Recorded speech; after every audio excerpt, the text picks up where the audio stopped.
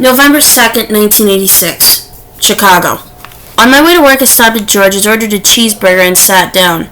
The place was empty except for me and a woman my age who wore tight blue slacks and tucked into her boots, an expensive-looking sweater, and a coat with a jewel medallion pinned to the label. She asked for the barbecue chicken and said to me, "Did you order fries? If not, you don't have to because some are coming with my chicken and I don't really want them."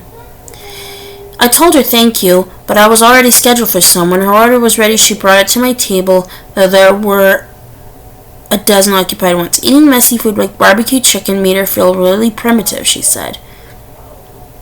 Then she told me that she lives on Dockin Avenue in a building called Melissa Ann, which sounded to her like a snack cake. She said she was a graphic designer and guessed I was an English major. Don't tell me, she said. I bet you're at DePaul.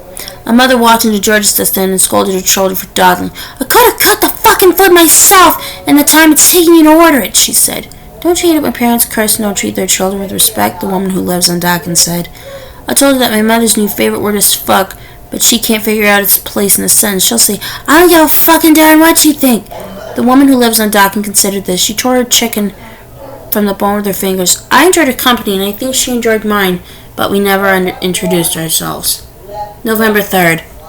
On the radio, someone was talking about cranes. The one he'd studied had been taken from their mother at birth. At first they were raised by hand puppets, then later by men who were dressed like cranes. How does a man dress like a crane, I wondered. Are our birds really dumb enough to fall for it? November 20th. Two women got on the train this morning and commenced to beautify themselves. They both put on makeup. One of them sprayed her hair, which was flattened down on the back and sides and stood up at the top. One strength wouldn't cooperate, so she went at it again and again, filling that car with a terrible smell, and all the while talking to her friend. November 22nd. Ronnie's Aunt Tess used to take her to the Salvation Army in the Bronx and switch price tags. Tess would pick discarded numbers off the floor to the butcher shop, saying, "Hey, what about me? I was here long before the rest of you." Ronnie and Tessie were in the line at the grocery store. The kid in front of them asked his mother for some candy, and she answered, "No, it'll ruin your appetite." The child started crying, and Tessie butted in, saying, "So let him chew on it and then spit it out. Go ahead, give him some candy." 8 years ago, we visited her and her husband. Tessie made a big Italian dinner and later approached us, saying, "Hey, you just don't happen to have any marijuana, do you?" We said yes, and she asked for a joint, which she wanted to save for later. Here she was, my mother's age. She died of a heart attack last week, and Ronnie wrote to tell me about it. November 25th. I stayed up all night rewriting my news story, which is better now. At 2, I heated up a couple of frozen pot pies and made some crescent rolls. They came in a tube, but I still formed them on the baking tray. I thought I'd take a break from typing and eat in the living room in front of the television. So I put the food in a tray and then tripped while carrying it. The pot pie skidded across the floor and flipped over when they hit the baseboard. Rather than cleaning up right away, I let Eel eat as much as she wanted. I just took the crust and continued on the living room, where I watched a rerun of The Odd Couple that guest starred Marilyn Horne. When the show was over, I went to clean up my mess and found that Neil had gotten most of it. If she were a dog, she'd have gotten all of it, but I'm happy with her as she is. November 28th.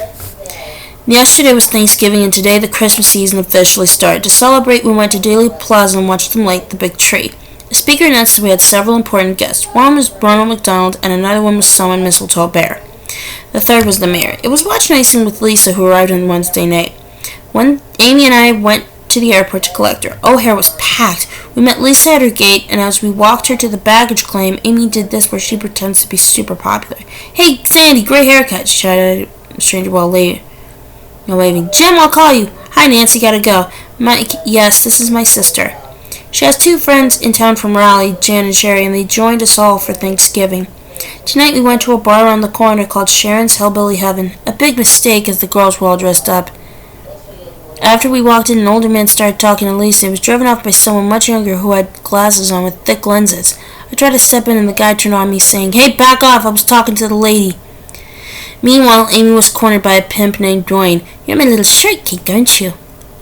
he said. He told her he knew all the ladies in Uptown and asked if she liked riding the love stick. An American Indian woman watched them talk, and as she stomped past her and called, "Hey, baby, you leaving? Don't do it, babe, don't go!" November 30th. Yesterday in Lincoln Park, a man asked us for some money. "I'm a nice person, really. I'm not a bad guy, just a hungry guy. Can I have some money from you?" I rooted through my pockets for change but couldn't find anything. As he walked on, the man shouted after us, "I thought you were nice people, but you're not. You real sons of bitches. Go to hell, mate. May you fall down where you live."